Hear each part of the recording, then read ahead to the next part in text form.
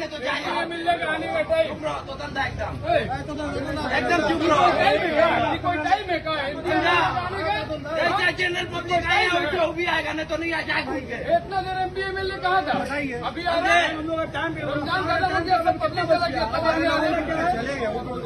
लोग ये कोई तरीका नहीं है ये कोई तरीका नहीं है वापस आइए वापस आइए टाइम खत्म हो गया टाइम खत्म हो गया वापस आइए वापस आइए टाइम खत्म हो गया टाइम खत्म आप लोग इधर नहीं आना जाइए यहाँ से जाइए यहाँ जाना नहीं यहाँ से जाइए एकदम नहीं एकदम कोई नहीं एकदम कोई नहीं चाहिए नहीं चाहिए हम लोग सारा दिन भूखा प्यासा रखे की प्यार उधर रखे हम लोग कोई नहीं आप लोग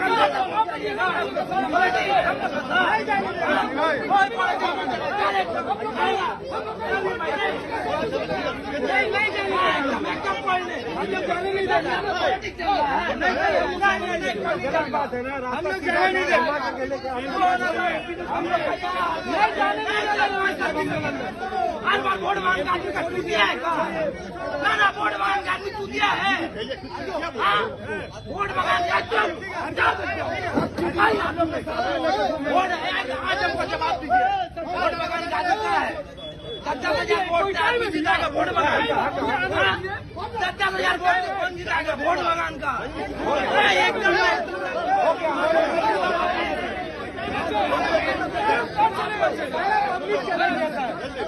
सारा पब्लिक चला गया सारा पब्लिक चला गया है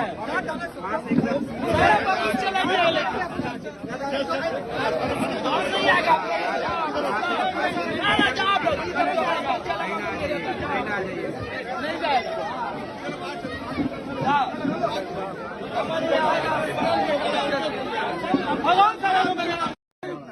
আমি আপনার গাড়ি কাজে দাঁড়িয়ে আছি ওই তো গাড়ি লাগে আছে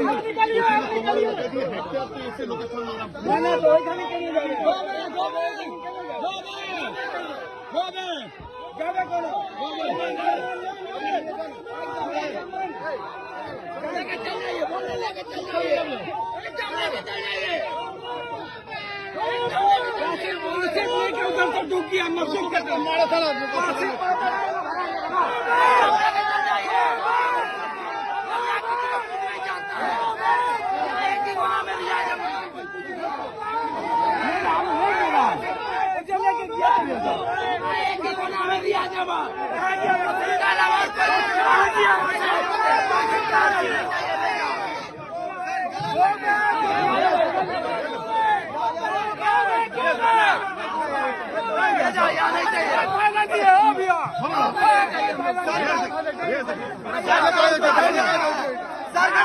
हम लोग बर्दाश्त नहीं करेंगे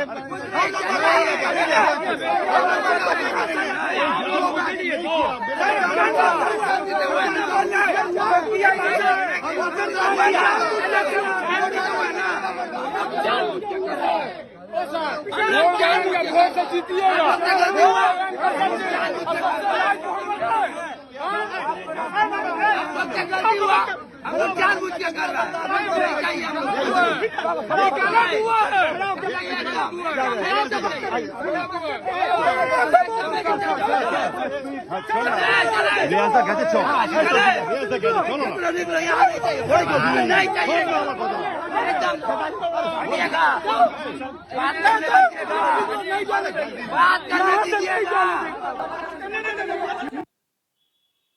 দর্শক মানে পরিষ্কার করে কথা মানে বোঝা যাচ্ছে না, কিন্তু এটুকু বুঝতে পারলাম যে ক্ষোভ বিক্ষোভের মধ্যে পড়েছিলেন হাওড়ার বালির এমএলএ রানা চ্যাটার্জি এবং তৃণমূল কংগ্রেসের যিনি আবারও প্রার্থী হচ্ছেন প্রসূন ব্যানার্জি। আর এটা একটা ইফতার পার্টি একটা জায়গা, সেখানে ক্ষোভ বিক্ষোভের মধ্যে পড়েছিলেন তারা, এবং প্রসূন ব্যানার্জি তো চলে যেতে বাধ্য হলেন, গো ব্যাক। এবং দেখুন মানুষজন যেভাবে রুখে দাঁড়িয়েছেন যে না চায় না, চলে যান চলে যান চলে যান। মানে তাদেরকে এখান থেকে কার্যত পালাতে হয়েছে। গো ব্যাক স্লোগান উঠেছে, পালাতে হয়েছে। আমি কিন্তু বেশি ডিটেলস বলতে পারবো না, ভিডিওগুলো ভাইরাল হয়েছে। দর্শক যারা এলাকার মানুষ বা যারা এইসব সম্পর্কে একটু জেনেছেন একটু বলবেন তো। আমি জাস্ট পেলাম এবং আপনাদেরকে আমি দেখাচ্ছি। প্রসন্ন ব্যানার্জি গলাতে মালা দিয়ে এভাবে এসেছিলেন, কিন্তু আমি এখানে একজনকে বলতে শুনলাম যে এমএলএ কোথায় ছিলেন এতদিন, এমএলএ এর কথা বলছিলেন যে আজকে এসছেন, কোথায় ছিলেন। আর এই প্রসন্ন ব্যানার্জি ঢোকার চেষ্টা করেছিলেন, এনারা বলছিলেন যে আমরা চাই না। মানে ওখান থেকে কার্যত পালাতে বাধ্য হয়েছেন প্রসন্ন ব্যানার্জি, যেটা পরিষ্কার বুঝতে পেরেছি। প্রিয় দর্শক, আমি শফিকুল ইসলাম এবং আপনারা দেখছেন আরামবাগ টিভি। দর্শক আমি আবার বলছি যে আমি ডিটেলস বলতে পারবো না, কিন্তু এই যে রানা চ্যাটার্জি এমএলএ গলাতে সবুজ রঙের উত্তরীয় পরে দেখতে পাচ্ছেন, চশমা চোখে, যে যতটুকু চিনতে পারছি, চিনতে ভুল হলে দর্শক বলবেন, মানে বিক্ষোভের মুখে পড়ে যান এবং প্রসন্ন ব্যানার্জিকে ওখান থেকে কোনো রকম করে বের করে দেওয়া হয়। মানে এটুকু পরিষ্কার দর্শক যে সংখ্যালঘুরা কিন্তু জেগেছে, মানে একটা অংশ হলেও জেগেছে। যা খুশি করা যায় না, ইফতার পার্টিতে গিয়ে ভোটের প্রচার করবেন, এইসব করবেন, এইসব হয় না। সবকিছুর কিন্তু একটা লিমিট রয়েছে, এসব হয় না। শুধু সুরসুরি সেন্টিমেন্টে একটু সুরসুরি দিয়ে ভোট আদায় করে বৈতরণী পার হয়ে যাবেন, আর দেখা মিলবে না, এলাকায় আসবেন না, উন্নয়ন করবেন না, এসব আর চলবে না। এটা যেন কোথাও বুঝতে পেরেছে মুসলিম সমাজ, বুঝতে পেরেছে। এবং সেই জন্যই আমি আবারও বলছি, ভিজুয়াল যা দেখতে পাচ্ছি তাতে করে ক্ষোভ বিক্ষোভের যা চেহারা দেখতে পাচ্ছি তাতে করে এটা আবার কোথাও মনে হচ্ছে। আমি জাস্ট দর্শক, যেহেতু এটা ভাইরাল হিসেবে পেয়েছি, আপনাদের সামনে ডিসপ্লে করলাম।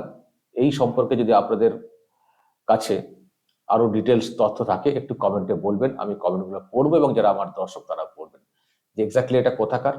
বালি মোটামুটি বলে দিচ্ছে, হাওড়া বালি কোথাকার, কি হয়েছে বিষয়টা আমি জাস্ট জ্ঞাতার্থে আপনাদের সামনে ডিসপ্লে করলাম। তবে মোটামুটি বুঝে গেছি বিষয়টা কি, আর একটু ডিটেলস জানতে চাই।